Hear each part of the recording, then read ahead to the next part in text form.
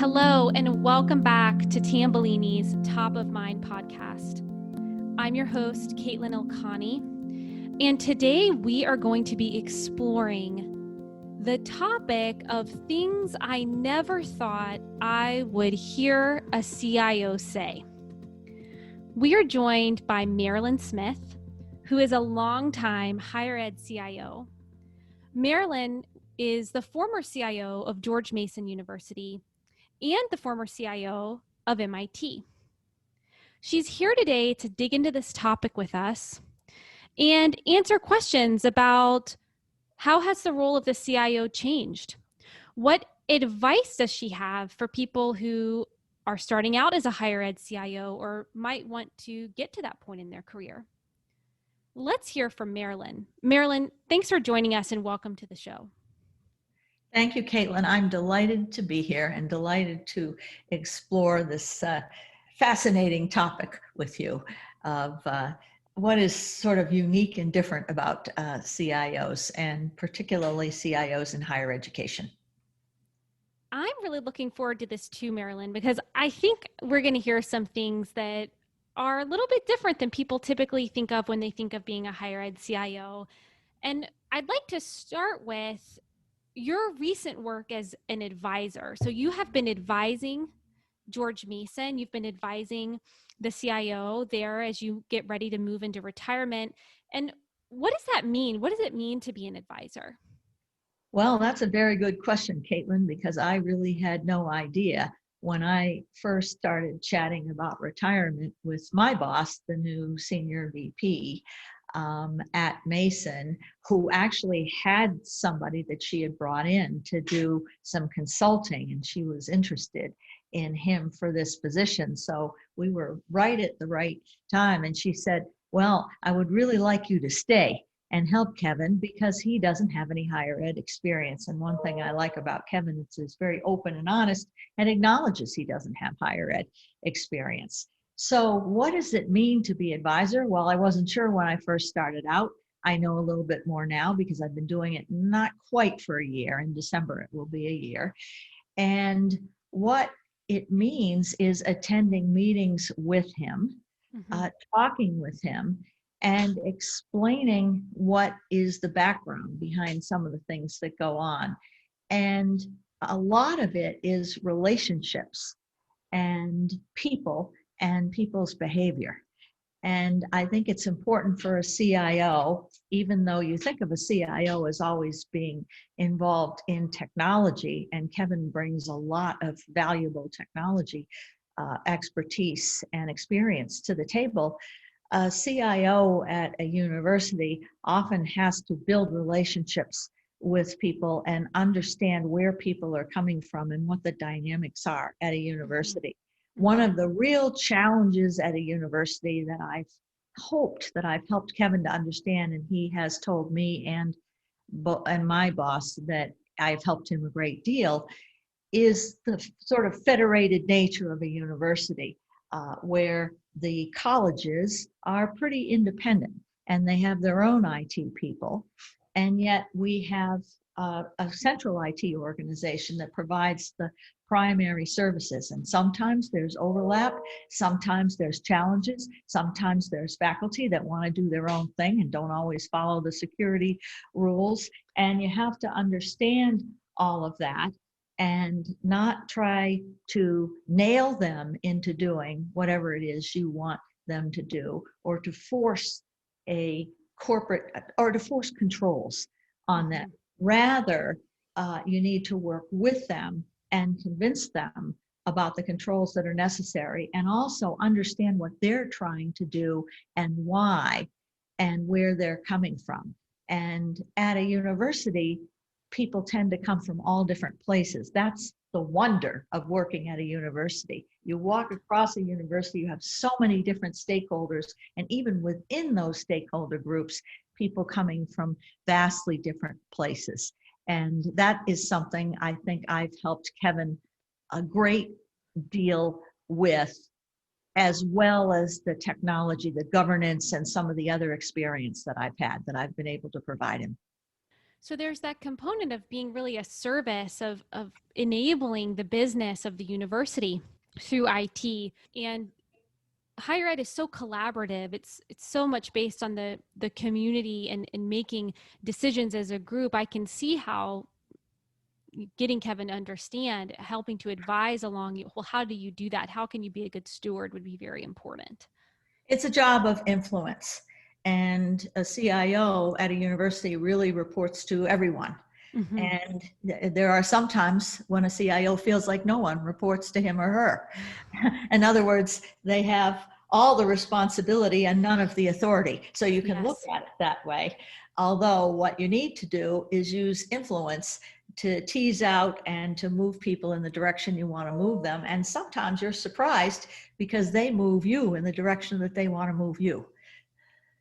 Well, I can see how it can go both ways. And technology is changing so quickly. We've seen such a rapid adoption of things like cloud, software as a service, that I'm wondering if, as technology has changed, you've seen the role of the CIO change.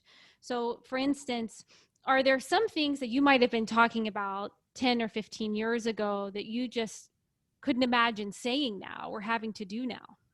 Well, we've gone through mainframes, we've gone through client server, and we're into the web technology era now. And I would say there's a lot of things that I say now that I never envisioned saying before, because what I want to do is I want the IT organization to realize that they're there to provide services and not to control. Mm-hmm. And I think a big change has been that the IT organization and the people in it always know more than their customers. As a matter of fact, at MIT, everyone thought they knew how to do their job better than I did. My job better than I did. And in fact, some of them did actually know how to do my job better. And I admitted that. And I never thought I would admit that. And that applies to the people in the IT organization too. And sometimes we get so caught up in the new technologies. Well, sometimes we hang on to the old technologies. That's the problem. And driving change. I know that people who call for change, which is somebody like me, don't always want to be transformed themselves. And they've got to have that realization that they don't. But within the IT organization, there are people that are comfortable doing what they're doing, and they feel that that's their job security. And one thing I learned a really long time ago that hasn't changed really is that some of the IT people are the most difficult to get to change. Because IT people that tend to stay at an insurance company or a university or a state job tend to get comfortable in their jobs. And even though they contribute a lot, they don't want to go elsewhere, and they worry when new skills come in. Yes. Some of them embrace them and some of them don't. So we've got lots of new skills coming into IT now. We just went through a period where, I'll just give you an example. We had established WebEx as our collaboration standard, and we decided to bring Zoom in because all the faculty were using Zoom. And in fact, Zoom was easier to use in some situations. WebEx is a perfectly great product, and I'm a Cisco fan myself. So we brought Zoom in, and the people that were in charge of WebEx got so upset. Well, what does this mean? And then at the same time, we're bringing Microsoft Teams in. Well, it's okay to have 3 or 4 products for a while. We need to learn them, and we need to support them. And we don't have to know everything about them and control them. We have to work with our customers. Remember why we're here. We're here for higher ed. We're not here for IT. And sometimes within the IT organization, we forget that.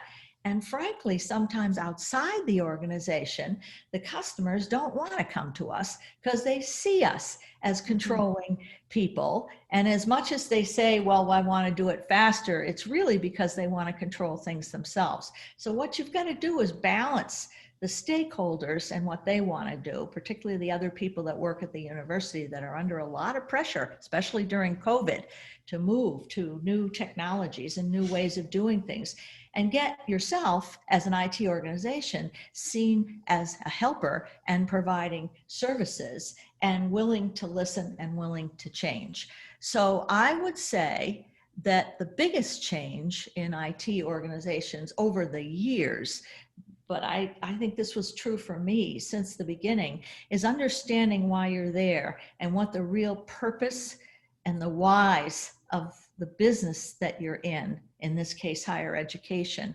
are, and how you can help promote those things. That's why an IT strategy that complements a business strategy and that integrates with it, you're really partners with the business folks. You're not just conducting IT over here, which years ago when it first started, IT was over here and the business people would come to us.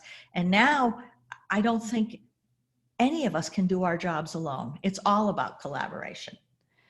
Marilyn, you just brought up an interesting point.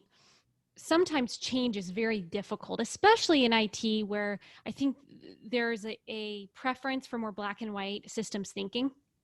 And you get into a comfort around your skill set where you can feel threatened by big changes. And unfortunately, COVID has really forced a lot of huge changes in higher ed and educational delivery methods and adoption of new technologies.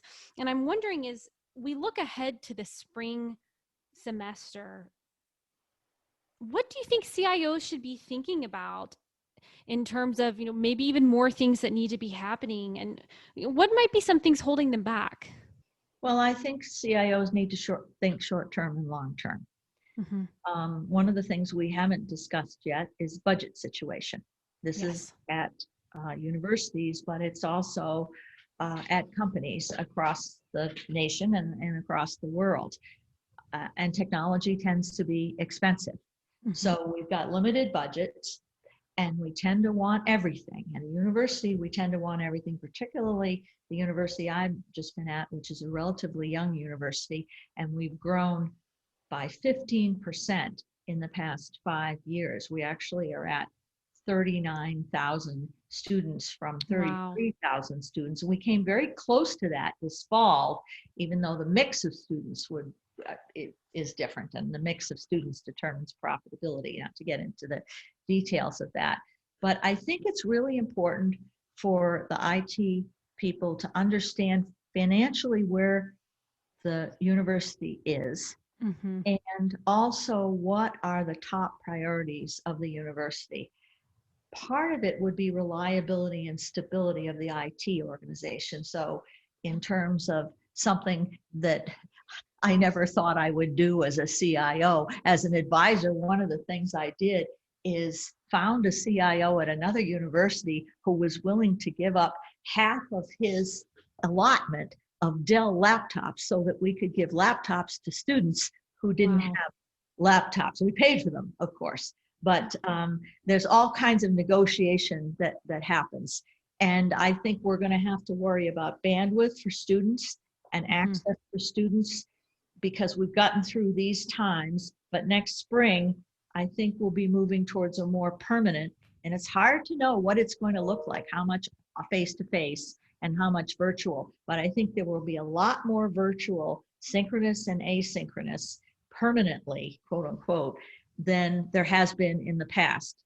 Mm-hmm. And even though it was very uncomfortable for the IT folks, and frankly for the folks that run the functional areas on the non-IT folks, because all of a sudden they had to, the magic word is pivot. They had to pivot to all these new things. These were things that were in the works anyway, and we really accelerated changes that were happening anyway. And now I think one of the biggest things we need to do is select what are the most important things to do going forward, not just from the IT stability network, all of that perspective, but also from the perspective of teaching and learning tools. And we also have to decide what we're going to stop, which we haven't talked a lot about. But there are older systems and older business processes that we need to slow down or stop doing or prioritize them lower. And so that we can take the people that we have and reskill them and use the resources we have, because we're not going to be given millions and millions of dollars.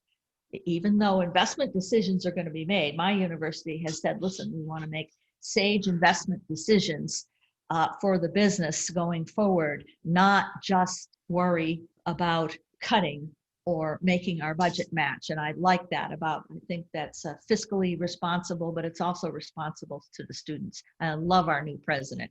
He's really very focused on the students. So what did I say? Focus on the students. Decide what your strategic investments are going to be. Decide what you can stop doing.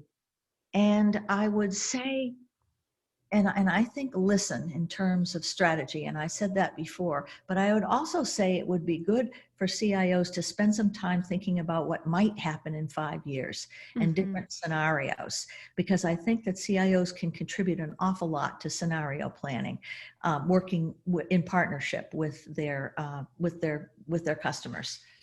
I agree with you, and I'm wondering if there might be some other things. You mentioned a little bit ago that you reached out to another institution to buy Dell laptops. Yes. And that was something that you couldn't have foreseen having to do in the past. Are there any other things that have recently come up, especially with the changes that COVID has forced, that you never thought a CIO would have to do? Okay, well, one of them is when I first got to Mason, I learned that one of the things I was responsible for is GMU TV. So we have an entire production studio and production staff.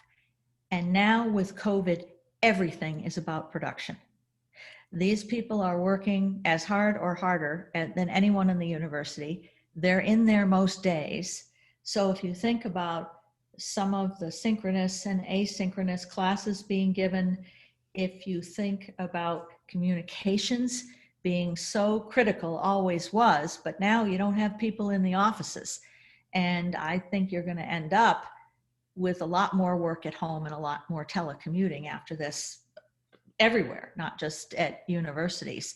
So I recognized, I always felt honored having the TV station report to me, but I can tell you, I recognize their value so much from what they did during COVID and now. I just attended, for example, our Arts by George, which is usually a live presentation fundraiser at the end of every September. And this time what they did was they repeated some of the prior years, and they also taped some new stuff. And the TV station was instrumental in recording that. And if you think about people across the universities, all of them now are having to be producers. All of our admissions and our marketing, that it's all online. We don't have large groups of students visiting the university. We don't have large groups of people going out and visiting different states and different high schools. It's all had to be online and virtual, and it's highly competitive. So everybody is in some aspect of the production business now, which wasn't true before. And so I love having that TV station reporting to me, reporting to Kevin now, and being able to work with experts in production. And this may be an idea for institutions that haven't had a production studio reporting into IT before. Maybe this is something they could be thinking about adopting coming into the next school year.